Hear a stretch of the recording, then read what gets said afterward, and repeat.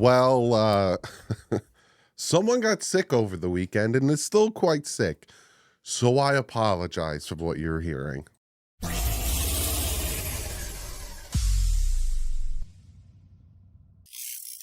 What is up, Finn fans? I was practicing before. I was like, maybe if I go lower, what is up, Finn fans? Or higher, what is up, Finn fans? And it's just, my voice is horrible. And I apologize for your ears for listening to this. Daughter was sick on Thursday, Friday. I got a little bit of on Saturday, Sunday, yesterday, full blown today. I sound like hot garbage, but there's things I want to talk about. There's things that have happened at the owners meeting that I want to talk about. So we're going to talk about the rule changes, and then we're going to talk about some of the things Mike McDaniel has said, and some of it involving Odell Beckham, Bradley Chubb, and Jalen Phillips. So we'll jump right into this because I don't know how much longer I'll talk before my voice just stops working altogether. So there was 3 approved rule changes. I'm not going to say the amendment rules and everything. I'm just going to tell you what they are. To protect the club's ability to challenge a third ruling following a successful challenge. So essentially, you get 2 challenges throughout the game. And if you're successful or not, your challenges are gone. Now they're having it a way that, say you're not successful on the first one, but you are successful on the second challenge, you'll get a third challenge, especially probably if you have timeouts left as well. Another one is to allow for an enforcement of a major foul by the offense prior to a change of possession in a situation where there are fouls by both teams. So if there's a fumble or something, this is allowing a foul by the offense to also be in effect on this situation, especially with both teams, because a lot of times there's offsetting. But the biggest one is to eliminate a potential dangerous tackling technique, and that is the hip drop tackle. And this is a few examples of what a hip drop tackle is loading. Take your time. It's not like I'm trying to show anybody anything. For the love of everything holy on earth. Okay, we'll come back to that. We'll let that load, and we'll come back to that.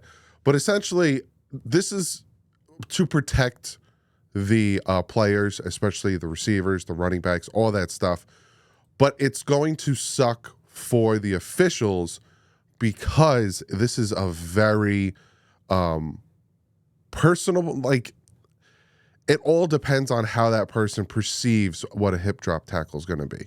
Essentially, I think I got it up and rolling. Let's see. Make sure. There we go. Here we go. So these are essential hip drop tackles. Grab them, and then they essentially fall to their hip. See how number 1 grabs and then falls to his hip? And a lot of times what happens is the receiver running back's leg will get stuck under the hip drop. See how he falls to his hip? Grabs, and he kind of falls to his hip. A lot of times the receiver or running back's leg will get stuck under. Let's see, right there. See, it'll get stuck under with these hip drop tackles. So they got rid of them, and it's a lot of Javon Holland came out and said so. Essentially, they banned tackling, and a lot of people defensive players are not happy. Tony Dungy put this: the laws of physics, you can't bring down a ball carrier who's running away from you without dropping your weight. If defensive players are penalized or fined for tackling from behind where they drop their weight after contact, it will lead to diving at the legs, i.e. knees, which is going to have some very unintended consequences. I agree. I talked about this when it initially was brought up about the hip drop tackle. It's hard. It's going to be hard to judge for the refs. You got the horse collar, now you got the hip drop tackle, you got all these things. It's going to be hard for them to judge, especially like Tony Dungy said, if you're running away and I grab you, how if I'm behind you and I grab you, how am I going to tackle you? You're running away from me. I have to kind of drop my weight to pull you down. It's going to be a nightmare. A lot of the games are going to be lost. It's going to be like you're up by 2 and they get a first down, but they still need 30 yards or 20 yards to go to get in field goal range. Hip drop tackle penalty, boom, puts them in field goal range. They win. It's gonna just destroy the game. But they don't care about that stuff. They don't care. They care about high scoring, fast paced. They don't care about the defense. I play defense, so I care a little bit more than others do. So let's get into Mike McDaniel at the owners' meeting. Mike McDaniel said that they offered Odell Beckham a contract. He said things went great with him. We did make him an offer, and business takes time, especially with players such as Odell, who had a phenomenal career, still has really good football in front of him and has options. So I think those conversations will be ongoing. We'll see where they go from there. I don't live in the world of crystal ball. I don't stay in my lane as a coach. I do stay in my lane as a coach. I'm definitely ready to coach him if we can come to an agreement. I think both sides are trying to work towards that. We'll see what happens. So they offered him a contract. He's going to go out there and see if he can get anything better. But we already know that the Dolphins have offered other potential third wide receivers contracts, and they turned them down because they realized, look, the Dolphins aren't going to offer me the top, wide receiver money, or even 13, 15 million a year type wide receiver money. They know what they want, and they're going to get it. And supposedly this is what I heard, supposedly a lot of those conversations with the other receivers that said, no, it's not enough, thank you though, were gauging to try to get Odell. Supposedly Odell was their main focus. Odell was the guy that they wanted from beginning. We'll see how this pans out, but I know for a fact they're not going to overspend. They're not. And this is something else that he said. He said, I'm very proud of the orchestration, particularly between the coaching staff and the personnel department. Let's not fake the funk and act like it was an easy problem to solve, essentially the cap. We're always solving problems, the problem of roster, trying to make it better. But I saw an orchestration of multiple people on the fronts being very commutative. This is what you're getting from me today. And again, I apologize. I think we found really, really good players that really want to play for the Miami Dolphins organization. I think I'm very fired up about the individuals that have come in the building since the league year started. And they are they're all about pushing us forward into 2024 because we are exciting. We have exciting things to do and big goals to accomplish. I think they had if you go back and watch my free agency grade, I think they had a solid free agency. They didn't do anything big and crazy. They went out and got guys that I was surprised they did. Fuller and, all those types of players. But I'm happy with some of the big names that they got in Fuller, in Geno Smith. There's another one. Poyer, but is Poyer really a big name? He's kind of, but I'm just happy with the solid guys they got, build off of, learn from, continue to add youth to the team, except for Jake Bailey, big fat F on that one. He says this whole thing about the salary cap and when money goes from one place, it doesn't go to another, and our job is to facilitate the best team. Unfortunately, this is the process. It's not easy, but you're looking at it from a reflective standpoint. Successful organizations encounter this all the time. We have homegrown talent.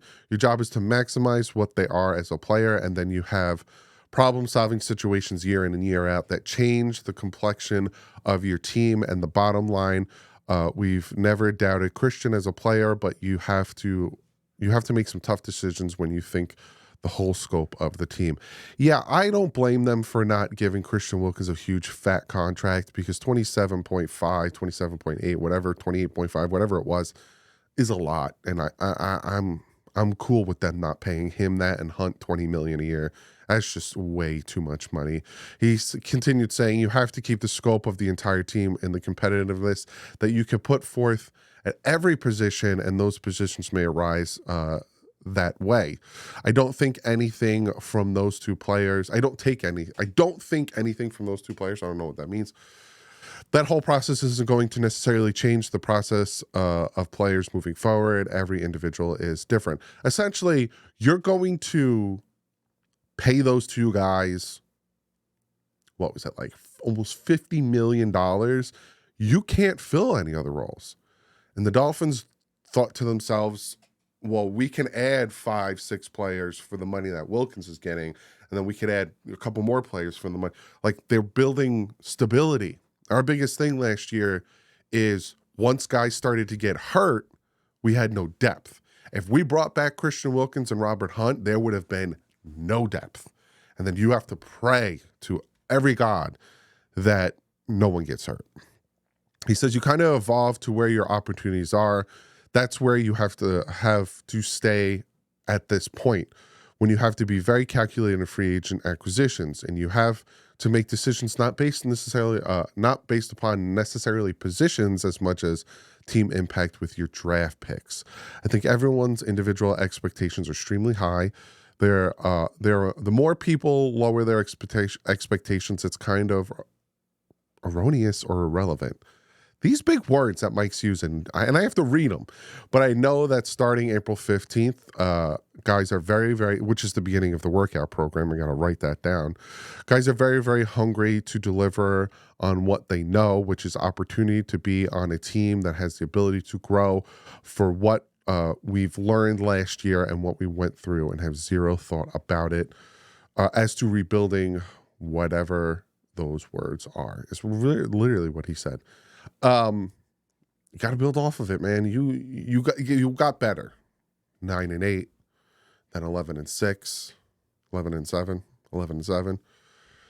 Got to continue getting better. And then the last thing I want to talk about that he says is he talks about Bradley Chubb and Jalen Phillips. He says, and kind of insinuating on Jalen Ramsey and the timeline thing. He says, remember that line I was talking about to you all season with Jalen Ramsey about no timeline?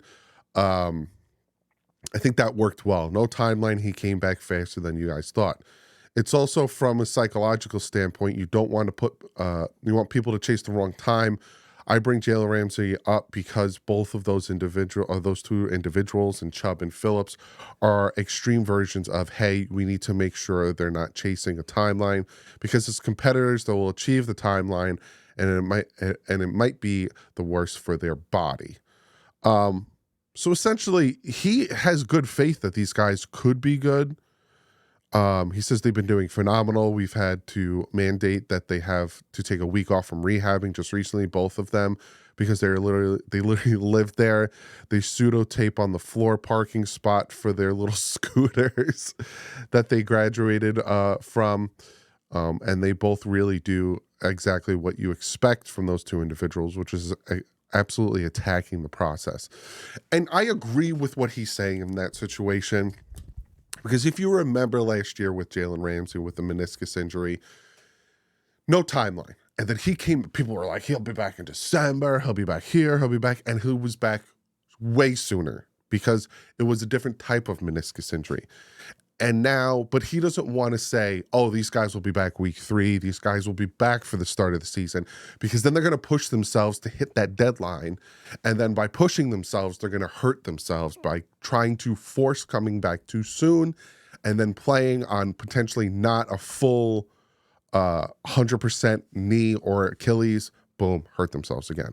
So I'm okay with, hey, come back when you're ready. But I think Phillips will be back for the season. Worst case, week 2. I don't think Phillips starts the season on the physically unable to perform list. That's me. I could be wrong. I think Chubb was a little bit further. I had a doctor reach out to me in my DMs and say, from what he heard, the Chubb injury was a little bit worse than it put on. It wasn't just an ACL. There was a little bit damage. So he could be a little bit longer and might start on the PUP, which minimum for the first 4 weeks. But I think Jalen Phillips, I think he's going to be ready. And I think, like I said, I don't think he'll go start on the PUP. But who knows? I don't. Do you? If you do, let me know in the comment section below. But that's what I got for you guys today. A little update on the rules that were agreed upon. April 15th is the start of some mini camps and some, training programs for the Dolphins. So we'll talk about that as that comes up. This week, we're going to start on the draft. We're going to start breaking down prospects. We're going to start looking at a bunch of things. It's going to be a lot of fun. Hopefully my voice doesn't sound like this all week. I had to cancel physical therapy today because, again, I am sick. So it sucks. I got a big old cup of green tea with honey in it. So If any news breaks, I'll make a video. I did this one with my voice sounding like doo-doo butter. But we'll keep an eye on Odell. I know some of you guys don't want Odell, but you got to realize the Dolphins are playing this very smart. They're not going to overpay for him because he's not a number 1 or number 2 receiver. He's going to be the number 3 guy. But you also got to look at his play, especially last year. Barely dropped any balls, was very, reliable, especially in the red zone. Instead of throwing fades to a 5'10" Tyreek, you could throw fades to Odell. There's a lot of positives with the possible addition of Odell. So I'll keep you guys updated on all of that. And again, for the 400th time, I apologize for my voice, but I'll never take off. I don't give a crap. Love you guys, and I'll see you in the next one. But like usual, stay classy. Fins out.